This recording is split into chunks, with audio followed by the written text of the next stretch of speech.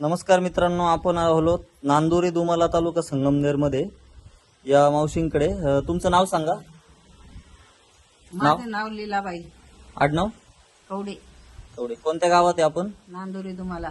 बरं मावशी, तुम्हाला काय त्रास होत होता आधी चालायला?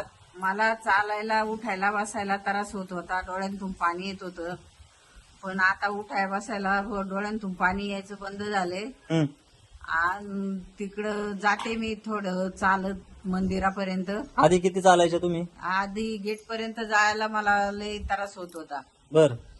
तर मी बळत बळत माझे पोरं मला बडबड करायचे, तरी पण मी पोरांना म्हणायची का तुम्हाला काय वाटतं, माझ्या फार डोळ्यांतून पाणी येते, हा हा. तुम्हाला कसं वाटतं. हं. पण ते म्हणले चालल्याशिवाय पर्याय नाही. तरी मी पोरांचं काय ऐकत नव्हते. पण मग जसं औषध चालू केलं हं. तेव्हापासून चालते कशी बी. अरे वा. किती दिवस झाले ज्यूस फरक करून?